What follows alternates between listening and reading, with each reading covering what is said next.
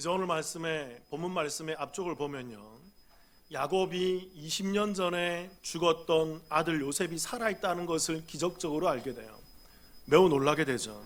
그리고 그 아들이 총리 대신이 되어 있다는 것을 알고 그는 이 야곱이 이 애굽으로 요셉을 만나러 내려가려고 합니다. 그런데 조금 이상한 장면이 하나 있어요. 야곱이 브엘세바라는 지역에서 잠깐 멈춰서 멈칫멈칫거리면서 주저하고 있는 모습을 보이는 거죠. 아들을 만나러 가는데, 죽었던 아들을 만나러 가는데 야곱이 주저하고 있다는 것입니다.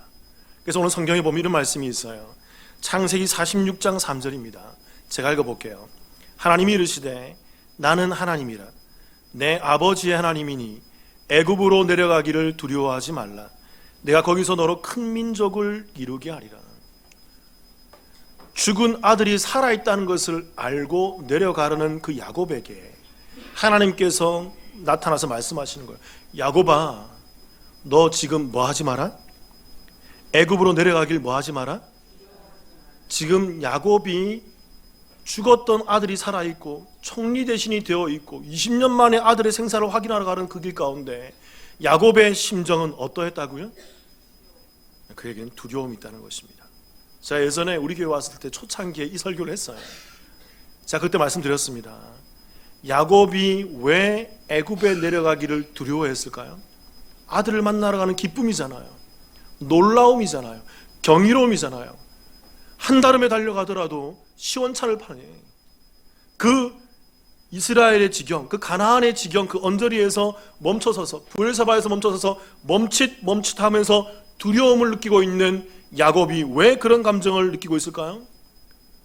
야곱은요, 그는 인간의 정에 얽매여서 기쁨 가운데 있지만 하나님의 약속의 땅을 벗어나야 한다는 이 두려움 가운데 떨고 있다는 것입니다. 그는 인간적으로는 아들을 만나라는 것이 너무나도 즐겁고 기쁘고 경이롭지만, 그러나 하나님께서 가라고 하셨고 하나님께서 멈추라고 하신 이 약속의 땅, 가나안 땅, 그리고 그 자손들이 이 땅에서 수많은 별과 같이 모래알같이 많아져야 될 이 가나안 땅을 벗어나는 것이 너무나도 두려웠던 것이었습니다. 그래서 영적인 두려움을 느끼는 거예요. 그래서 그가 애굽으로 내려가는 것을 내려가고 싶지만, 당연히 내려가야 되지만 그 언저리에서 주저하고 있더라는 것입니다. 그래서 하나님께서 야곱에게 나타나셔서 말씀하는 거예요. 내가 너의 하나님이야. 내가 너의 하나님이야. 너는 이제 이 약속의 땅 가나안을 지나 애굽으로 내려가는 것을 두려워하지 마. 그러자 이 야곱이 하나님의 말씀을 확인하고 그가 기쁜 마음 가운데 떠내려가고 있다는 거예요. 애굽으로. 그 창세기 46장 5절에 보면 이런 말씀이 있습니다. 다시 제가 한번 읽어볼게요. 야곱이 브엘세바에서 떠날새 이스라엘의 아들들이 바로가 그를 태우려고 보낸 수레에 자기들의 아버지 야곱과 자기들의 처자들을 태우고, 여기 보니까 중요한 단어가 뭐냐면 야곱이 브엘세바, 이 이스라엘의 끝자락이에요. 가나안의 끝자락이에요. 이제 이것을 벗어나면 이 가나안을 벗어나게 된다고요. 이 브엘세바에서 주저하고 있었는데 하나님 말씀을 확인하고 나서 야곱이 브엘세바를 어떻게 했다고요?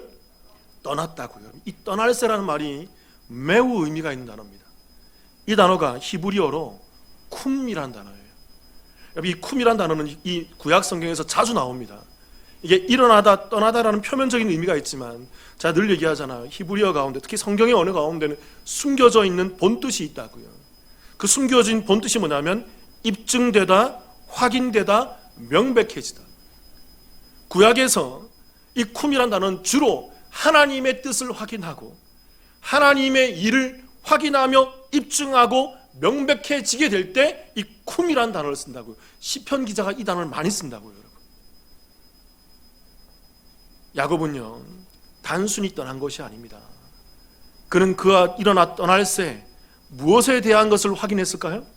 하나님의 말씀, 하나님의 뜻, 자기의 감정과 자기의 뜻이 아니라 하나님이 내게 이것을 허락하시는 것이구나, 하나님이 이것에 대해서 인정하시는 거구나, 하나님이 이것에 대해서 말씀하시는 거구나. 그래서 가나안을 벗어나는 그 주저함 가운데서 말씀을 확인하고서 그제서야 일어나 확신 가운데 길을 떠나고 있더라는 것입니다. 우리가 잘 알고 있듯이 야곱은 그동안 이런 사람이 아니었어요.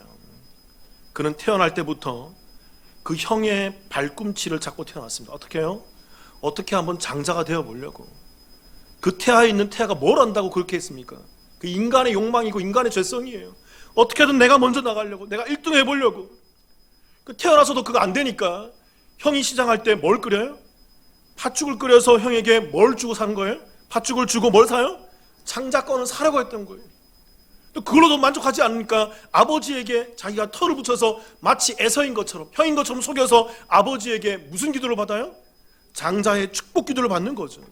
그리고 도망갔던 삼촌 라반의 집에서도 야곱이 재산 증식을 하는 것도 여러분 표하지 않습니다. 공정하지가 않아요.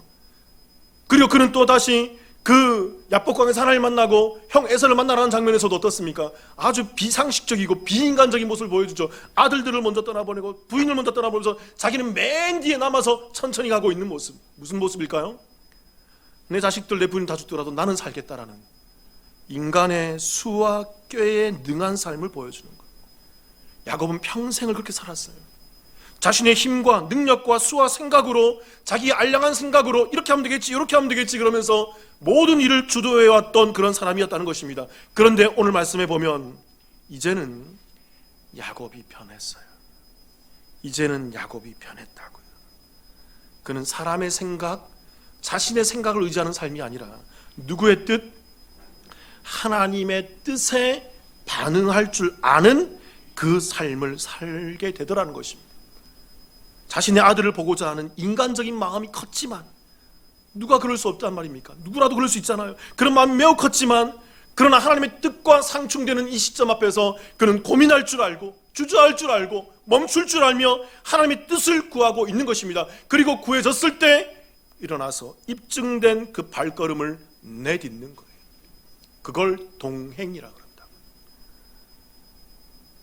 오늘은 이 요셉의 스토리 가운데 보여지는 이 야곱의 변한 모습, 또 다른 말로 성숙한 모습이라고 그러죠.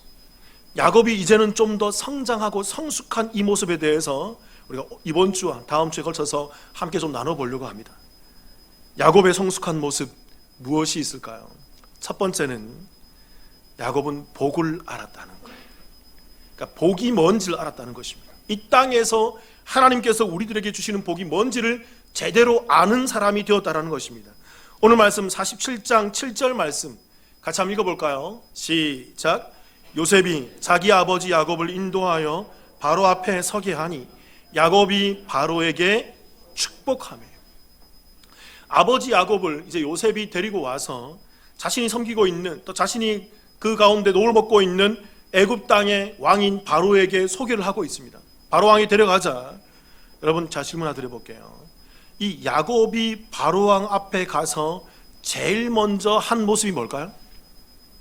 야곱 다시 띄워보세요. 47절. 야곱이 바로에게 뭐 하며? 축복했다라는 것입니다. 그러니까 야곱이 바로왕에게 복을 빌어주고 있어요. 이 축복하다는 단어가 히브리어로 이게 바라크란 단어거든요. 자주 나눴잖아요, 여러분. 근데 이 단어가 어떤 의미가 있냐면 이 바라크란 단어 앞에 와우라는 히브리어가 딱 붙어 있어요. 이게 뭐냐면 문법인데 계속적 용법이라는 문법이에요. 그러니까 이 와우라는 단어가 딱 붙어 있으면 뭐가 되냐면 이 단어는, 축복했다라는 이 단어는 바로 동시에 일어나는 그런 일이다라는 것을 표현해 주는 거예요. 연속의 동작이라는 것입니다. 동작의 연속이라는 거예요. 무슨 말이냐면 야곱이 아들 요셉에 의해서 바로 인도된과 동시에 곧바로 뭐 한 거예요? 바로를 축복해 주는 거예요. 야곱은요, 세상의 왕이었던 바로 앞에 인도된과 동시에 첫 번째로 안녕하세요, 반갑습니다, 뭐 이런 인사를 한 게 아니고요, 바로 하나님께서 당신에게 복을 내려주기를 원합니다라고 축복을 해버리는 거예요. 자, 또 하나 중요한 질문 한번 드려볼게요. 일반적으로, 고대나 지금이나 마찬가지입니다. 일반적으로 누가 누구에게 축복을 합니까? 일반적으로 높은 사람이 낮은 사람에게 축복하고, 아버지가 아들에게 축복하고, 자녀에게 축복하고, 왕이 신하에게, 백성에게 축복을 하는 것입니다.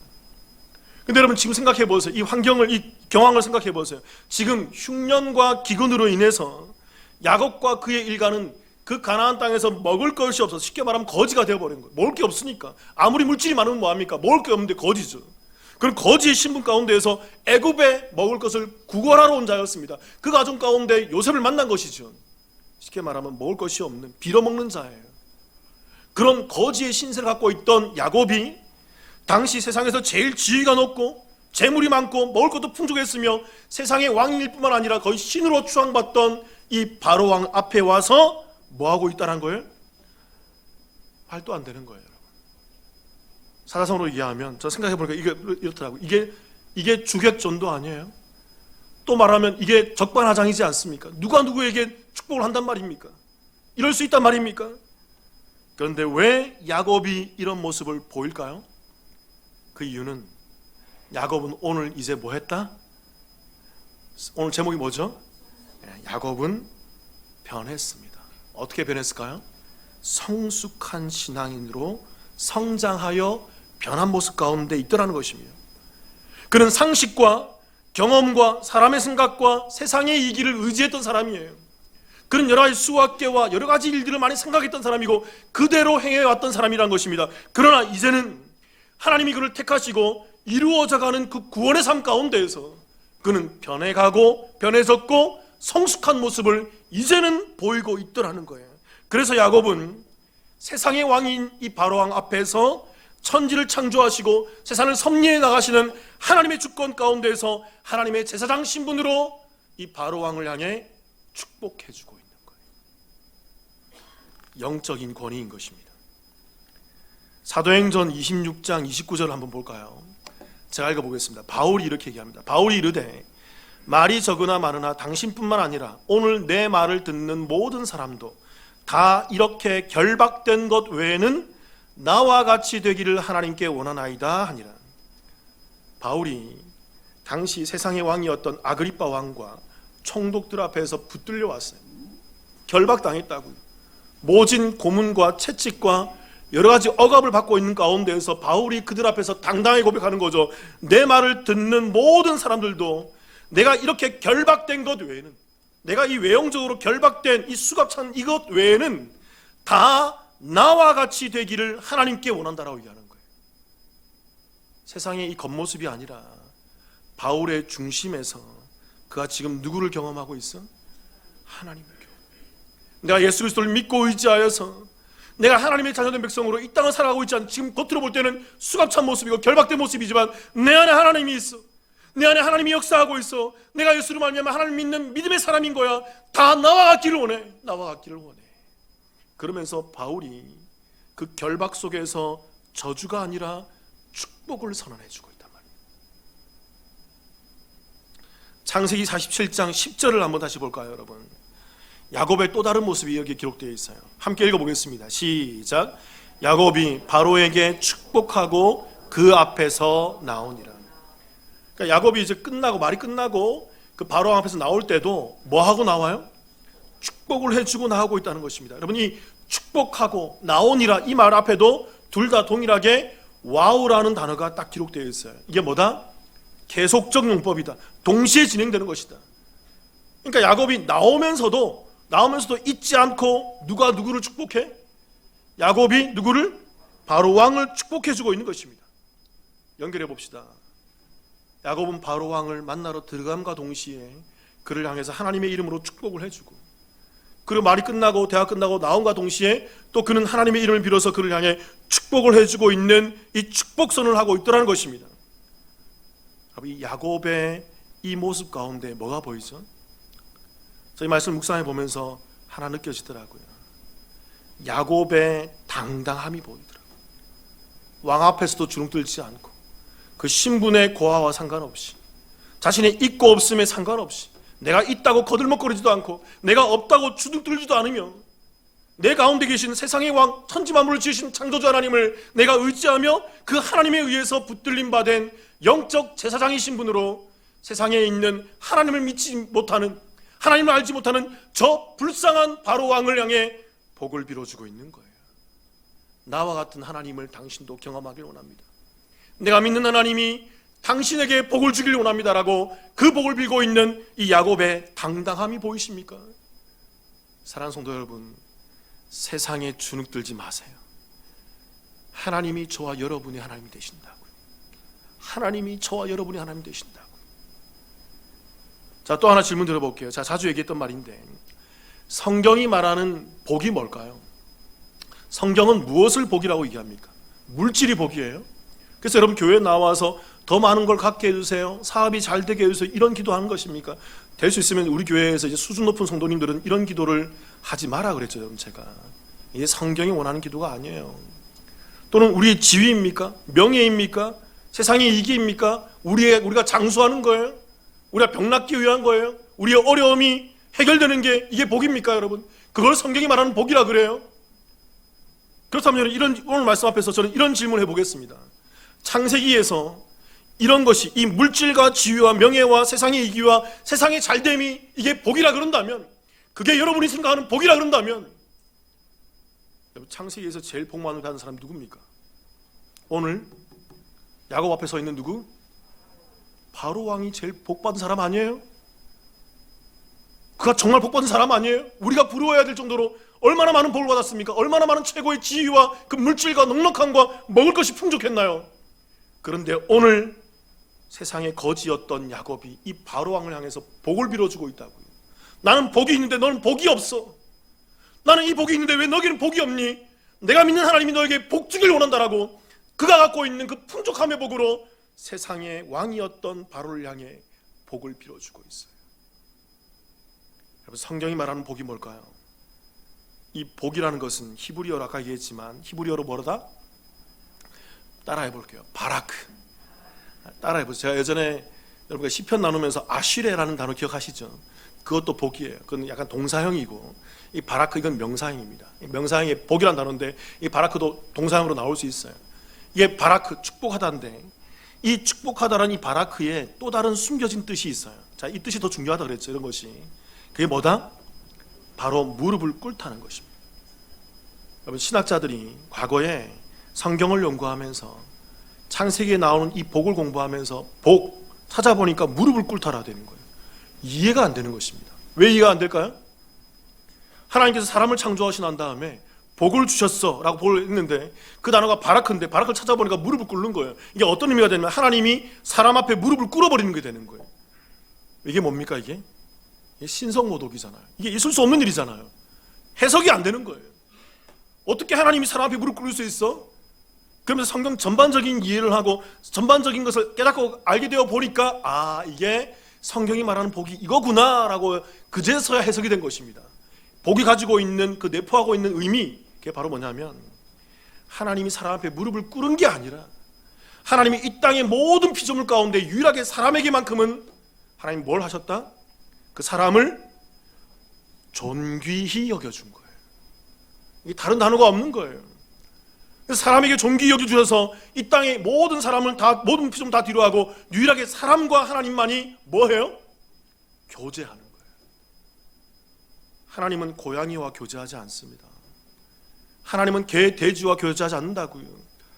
하나님은 밖에 있는 저 자연만물과 교제하지 않는다고요. 그냥 걔네들은 그저 하나님을 찬양할 수밖에 없어요. 무조건적으로. 교제라는 것은 자유의지를 가지고 하나님을 알아보고 나의 하나님입니다라고 스스로 자발적인 나와 자의적인 그 마음으로 나와 영광을 돌린 것, 그걸 교제라 그래요. 인간에게만 그 존귀히 여기는 그 복을 주신 거예요. 그래서 그 아담과 하와가 죄짓기 이전에 그 에덴에서 그 복을 누린 거라고요. 뭐 하나님과 뭐 하는 복을? 교제하는 복을. 성경은 그걸 복이라 그래요. 그들이 죄를 지었을 때 그들에게 무슨 복이 끊어져요? 하나님과 뭐 하는 복이? 교제하는 복이 끊어요. 그걸 죄라 그런다고요. 그래서 성경은 창세기부터 계시록까지 이 복에 대해서 얘기하는 것입니다. 그래서 예수님께서 이 복을 주기 위해서 우리 가운데 오신 거예요. 물질 주기 위해 온 게 아니라, 장수하기 위해 온 게 아니라, 내 사업이 잘 되기 위해서 온 게 아니라, 나와 하나님과의 뭘 위해서? 관계의 그 교제를 위해서.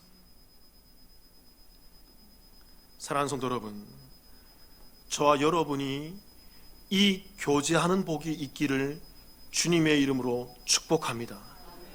세상의 복이 아니라, 여러분, 세상의 복은요, 우리가 열심히 하면 누리게 돼 있어요.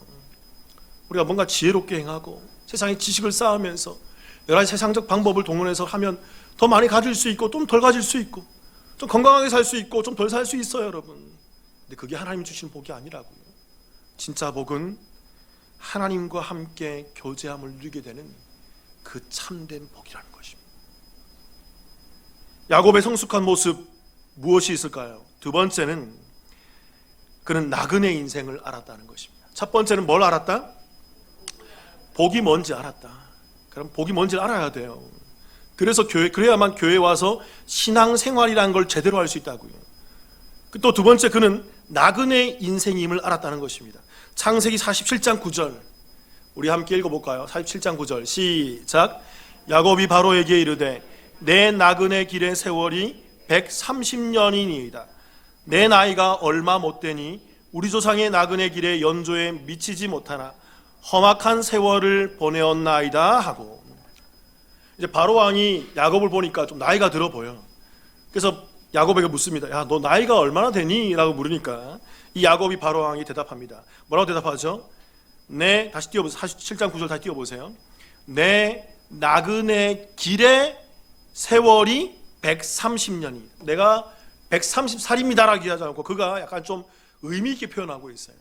그게 무슨 길이?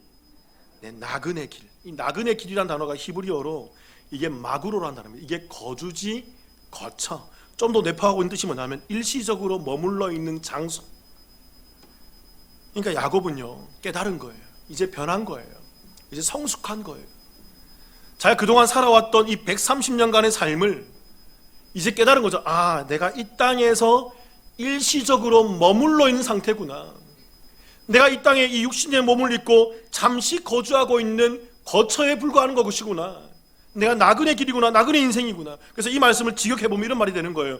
나의 머무름의 날들이, 좀 더 의역을 해보면 나의 순례의 날들이 130년의 세월입니다 라는 그 고백을 하고 있다는 것입니다. 그는 이 땅에서 나그네로 살고 있다는 것입니다. 순례자로 살고 있다는 거예요. 우리 아까 살펴봤지만 야곱은요, 이 땅에서 더 가지기 위해서, 더 채우기 위해서, 더 누리기 위해서, 할 수만 있다면 가족이라도, 할 수만 있다면 형제라도, 할 수만 있다면 부모라도 속이면서 내 것을 채워서 내 만족을 위해 살았던 사람인 거예요. 그게 저와 여러분이라고요. 여러분, 야곱이 딴 사람 아니에요. 저와 여러분이라고요. 그렇지 않습니까? 왜 그렇게 살아오지 않았나요? 그런데 그는 할 수만 있다면 뭐든지 했던 사람이었는데, 그는 이제 130세가 되어서 자신의 삶이 부질없음을 깨닫게 된 거예요. 자기 가장 사랑하는 아들이 죽었던 경험을 통해서, 그 아들이 20년 만에 살아 돌아오는 경험을 보면서, 또 20년 동안 자기 아들들이 이것을 속이고 아무도 이런 방구하지 않고 자기에게 거짓말을 하고 있던 그 현실 앞에서, 또 자기 사랑하는 딸 디나가 외지에 나가서 성폭행을 당하는 그 모습 가운데에서, 그리고 그가 이제 이 모든 것 가운데에서 노력을 하더라도 자기의 뜻대로 되지 않는 이 현실 앞에서, 더 나아가서 그렇게 많이 가지고 누리려고 그렇게 소유했던 그 모든 현실들이 한순간에 기근 앞에 다 사라지고 거짓 신세로 전락하는 자기의 이 초라한 모습 속에서 바울은 깨닫게 된 거예요. 결국 나를 인도하시는 분은 하나님밖에 없구나. 하나님의 섭리의 손길이 나를 이끄는 것이구나. 내가 아무리 아둥바둥 친다 하더라도 내가 할 수 있는 것은 없구나라는 것을 깨닫게 되면서 그는 그의 삶 가운데 자신의 삶을 고백하는 거예요. 내가 나그네 길입니다. 내가 순례자 길입니다. 여러분, 질문 드려볼게요. 나그네 순례자들은 고향이 어디라는 거예요? 이 땅에 머물러 있는 이 땅이 아니다라는 거죠. 그들의 고향은 딴 곳에 있다는 거예요. 그건 잠시 이 땅에 와서 머물다가 잠시 살아가는 인생일 뿐이라는 것입니다. 그것을 이 야곱이 철저히 깨닫게 되는 거예요. 그래서 야곱이 이런 고백을 합니다. 창세기 47장 28절부터 31절 제가 한번 읽어볼게요. 보세요. 야곱이 애굽 땅에 17년을 이제 17년 동안 애굽에서 야곱이 요셉과 함께 거주했습니다. 거주하였으니 그의 나이가 147세라. 29절 이스라엘이 죽을 날이 가까우매 그의 아들 요셉을 불러 그에게 이르되 이제 내가 내게 은혜를 입었거든 청하거니 내 손을 내 허벅지 아래 넣고 인애와 성실함으로 내게 행하여 애굽의 나를 장사하지 아니하도록 하라. 30절 내가 조상들과 함께 눕거든 너는 나를 애굽에서 메어다가 조상의 묘지에 장사하라. 요셉이 이르되 내가 아버지의 말대로 행하리이다. 31절 야곱이 또 이르되 내가 맹세하라 내게 맹세하라 하매 그가 맹세하니 이스라엘이 침상 머리에서 하나님께 경배하니라. 이게 무슨 말이냐면요, 야곱이 147세가 되었을 때 애굽에서 17년을 살아보니까 이제 자기의 죽을 날이 임박했음을 알게 되더라는 것입니다. 그래서 그의 사랑하고 기뻐하는 아들 요셉을 불러서 얘기하는 거죠. 너 나랑 맹세해. 나 이제 곧 죽을 거야. 나 죽는데 나를 이 애굽 땅에 나를 장사 지내지 마. 애굽 땅에 나를 묻지 마. 내가 죽거든 내 뼈를 가져다가, 내 시신을 가져다가 파서 나를 저 가나안 땅, 내 조상들이 있는 그 막벨라 굴에 아브라함 이삭이 잠들어 있는 그 막벨라 굴에 나를 안치해 달라고 그가 당부를 하는 것입니다. 야곱이 애굽에서 살고 있던 이 땅이 어떠했나요? 전 세계가 기근 가운데 있을 때 이 애굽 땅만은 풍족했던 곳이, 에덴과 같은 곳이라고. 나일강이 흐르면서 곡식과 먹을 것과 모든 것이 풍족했던 곳이에요. 그리고 그는 자신의 아들 요셉이 바로왕 다음으로 권세를 누리고 있는 세력을 떨치는 권위 가운데서 17년 동안 살았던 그 애굽 땅입니다. 얼마나 떵떵거리며 살았을까요? 그리고 야곱도 이 17년 동안 이 가운데서 얼마나 명예롭게, 얼마나 많은 것을 누리며 살았을까요? 그런데 그 야곱은 애굽에서 자신의 시체가 안치되길 원하지 않고 있어요. 야곱은 어디를 바라봅니까? 약속의 땅, 소망의 땅, 가나안을 바라보고 있는 거죠. 그래서 유언을 남기는 거예요. 나는 이곳에서 힘이 없어 이제 죽겠지만 이젠 걸어가기도 힘들다 내가 그 땅에. 근데 내 육신의 그 시신마저라도, 내 해골마저라도 뽑아서 나를 거두어서 이 땅에 묻지 말고 하나님이 약속하시는 그 소망의 땅, 그 약속의 땅 가나안에 나를 묻어주, 나를 묻어주라고 그 아들 요셉에게 요청하고 있는 장면. 그리고 지난번에 살펴봤지만, 그래서 그 이스라엘들이 아버지 야곱이 죽자 그 해골을 메고 그들이 이스라엘의 여정 그대로 따라가면서 이렇게 요단강을 지나 들어가는 그 장면을 보여주고 있다라고 제가 설명드렸잖아요. 그게 의미가 있다고. 중세의 수도사들이 인사말로 이런 인사를 했다고 합니다. 이런 인사를 했다는 거예요. 라틴어로 한번 따라해 보겠습니다. 비아토르. 다시 한번 따라해 볼게요. 비아토르. 이런 인사를 했대요. 중세 수도사들끼리 만나면 서로 비아토르 인사했답니다. 옆사람 한번 인사해 볼게요, 여러분. 옆사람에게 아직은 무슨 뜻인지 모르지만 한번 인사해 봅시다. 비아토르. 비아토르. 이 말이 무슨 뜻일까요? 이게 바로 나그네란 말이에요. 순례자란 말입니다. 여행객이란 말이에요. 비아토르, 여러 가지 인사말이 있었지만 그 중에 하나가 비아토르라는 인사를 했다는 것이죠. 여러분, 근데 이 여행객, 순례자, 나그네라는 라틴어 이 비아토르가 가지고 있는 좀 더 숨은 뜻이 하나 더 있어요. 그들이 이것 때문에 이렇게 인사를 했다고요. 비아토르. 뭐냐면 힘을 빼라는 것입니다. 너무 힘주며 살지 말라는 거예요. 이 땅이 전부라고 딱 악다구니 하면서 꽉 찌면서 너무 힘주며 살지 말라는 거예요. 힘을 빼세요. 왜요? 저와 여러분이 뭐기 때문에 이 땅에 온? 나그네이기 때문에, 순례자이기 때문에. 우리는 이 땅이 우리의 본향이 아니란 말입니다. 우리는 이 땅이 우리의 고향이 아니란 말입니다. 우리는 돌아갈 고향이 있는 것입니다. 우리는 돌아갈 본향이 있단 말입니다. 그래서 비아토르, 나그네임을 깨닫고 순례자임을 깨닫고 힘을 빼며 살아가세요. 힘을 빼며 살아가세요. 한 번 더 여러분 인사 나눕시다. 옆 사람과 함께. 비아토르. 비아토르. 여러분, 이 땅에서 힘을 빼시고 잠깐 살아가는 이 땅에서 하나님을 소망하며 나그네로, 여행객으로, 순례자로 그 복이 무엇인지를 알고 하나님을 함께 경험하며 이 땅을 살아가는 저와 여러분의 삶이 되시기를 주님의 이름으로 축원합니다. 같이 한번 기도하십시다.